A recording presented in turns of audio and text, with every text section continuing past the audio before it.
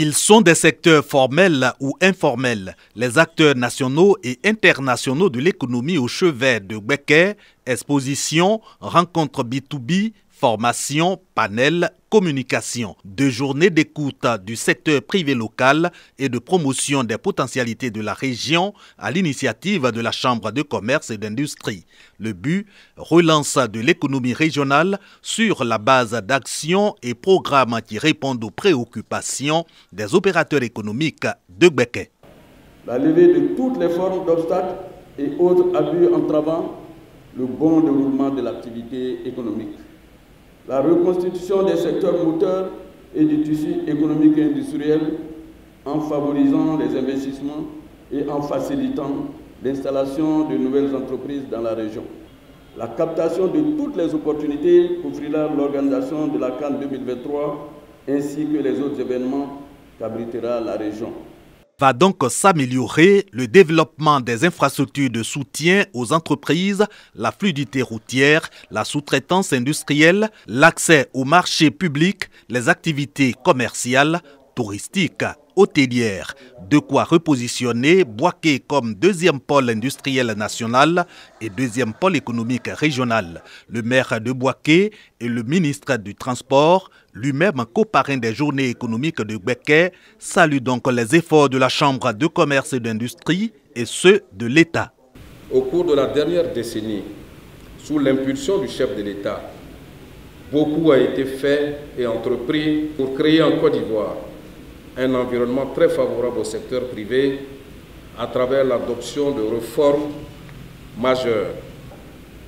De 2016 à 2021, le secteur privé a contribué en moyenne à 4,7 points de croissance sur un taux moyen de croissance de 6,2%. Si ces performances s'avèrent réduisantes, il n'en demeure pas moins que d'importants défis restent à relever et nous interpellent sur la nécessité de redoubler d'ardeur pour favoriser l'essor du secteur privé et accroître le niveau de développement socio-économique. Les journées économiques de Bouaké vont clore leurs travaux débutés le 11 octobre dernier sur le thème « Quel partenariat entre le secteur privé et l'État pour la relance de l'économie de Gbeke ».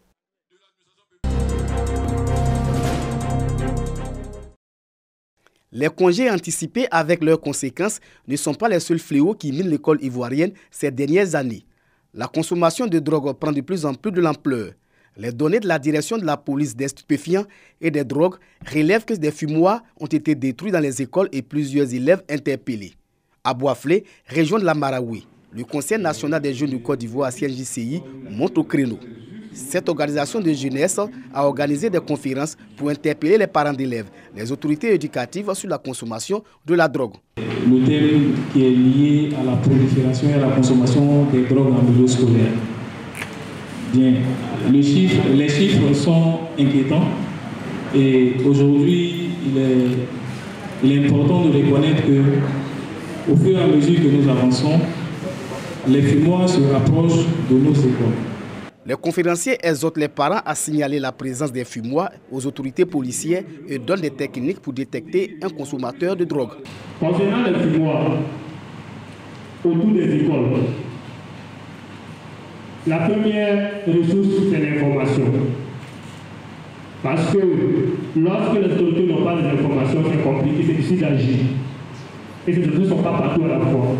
Dans un comportement sans un véritable changement, à l'école, ils sont plus réceptifs, ils sont agressifs et ils sont plus productifs. Ces conférences qui se veulent participatives ont permis aux populations de Boisflé de poser des préoccupations. Après ces conférences, la délégation régionale du CNJCI Boisflé va sillonner les lycées et collèges à la rencontre des élèves afin de les sensibiliser sur les dangers liés à la consommation de la drogue.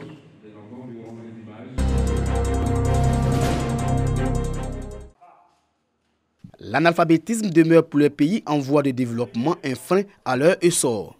La Côte d'Ivoire compte à ce jour plus de 9 millions de personnes qui ne savent ni lire et ni écrire.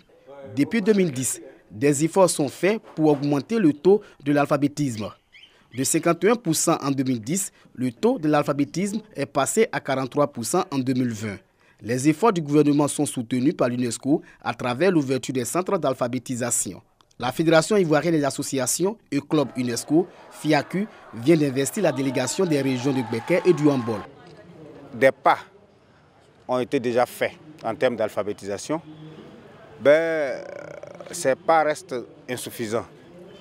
Nous pensons que nous allons, ensemble avec tous les promoteurs, faire pour faire avancer en tout cas le taux de lettrés en Côte d'Ivoire.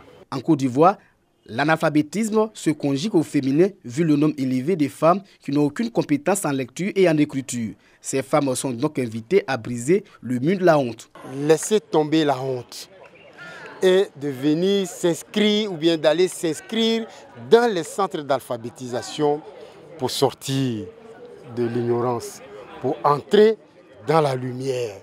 Les autorités municipales et le président national de la FIACU s'engagent à accroître le nombre des centres d'alphabétisation afin de réduire le chiffre d'analphabètes. Aller dans les marchés, dans les lieux de réunion des femmes, pour que chaque week-end, elles puissent apprendre 1, 2, 3 lettres.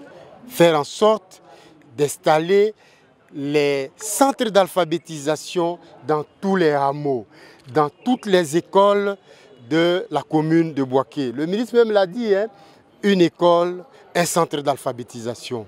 Les régions de Gbeke et du Hambol comptent 53% d'analphabètes. Les femmes représentent plus de 50% de ces chiffres.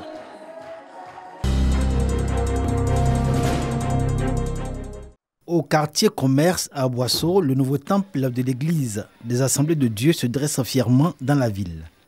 Un édifice dédié à la gloire de Dieu, bâti dans la géométrie d'une architecture moderne et offrant aux fidèles toutes les commodités. 88 millions de francs CFA ont été nécessaires à sa réalisation. Ma joie est très grande de ce que mes fidèles et d'autres personnes extérieures m'ont accompagné pour la réalisation de ce projet.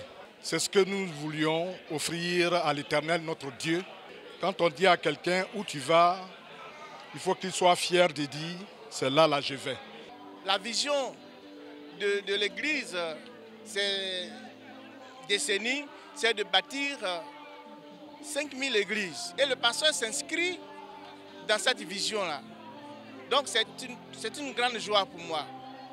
Et nous sommes heureux de voir de telles réalisations, surtout dans une ville comme Aboisseau.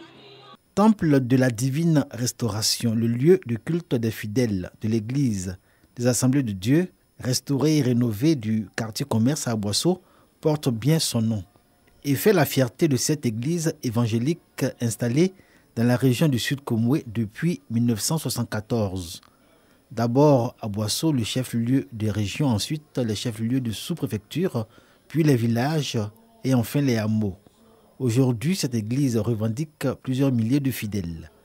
Aux côtés des autres confessions religieuses, elle s'illustre, comme l'a relevé le maire d'Aboisseau, son engagement à guérir les âmes et œuvrer pour la cohésion sociale, la paix et le vivre ensemble en Côte d'Ivoire. Le temple de la divine restauration est un complexe comprenant au rez-de-chaussée des bureaux, des salles annexes et un bloc sanitaire. À l'étage se trouve l'espace dédié au culte d'une capacité de 300 places.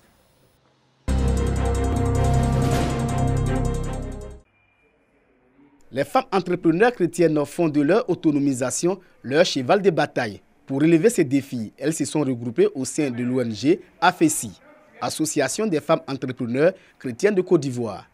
Une ONG qui inculque les valeurs spirituelles, morales et entrepreneuriales aux femmes à travers la parole de Dieu et la création d'activités génératrices de revenus. L'investiture de la présidente et des membres de son bureau marque le lancement officiel des activités de l'ONG. On a décidé de se battre ou bien lutter pour que l'entrepreneuriat entre dans l'église, en les menant à pouvoir entreprendre, pour que chacune soit financièrement autonome.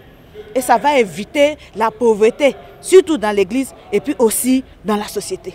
Pour mener à bien ces activités, l'ONG AFESI bénéficie du soutien de ses partenaires et de la marraine.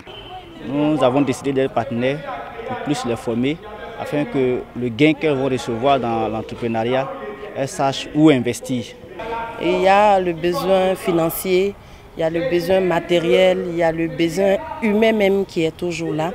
Mais quand on a la force, le courage et la foi, on y arrive toujours. Donc je leur dirais d'être persévérants et de travailler dur pour pouvoir atteindre leurs objectifs. Une conférence a été prononcée au cours de la cérémonie par le prophète Kone Ezekiel sur le thème « Dieu en nous, l'entrepreneuriat entre les mains ». Créée en 2020, l'Association des femmes entrepreneurs chrétiennes du Côte d'Ivoire compte plus de 500 membres.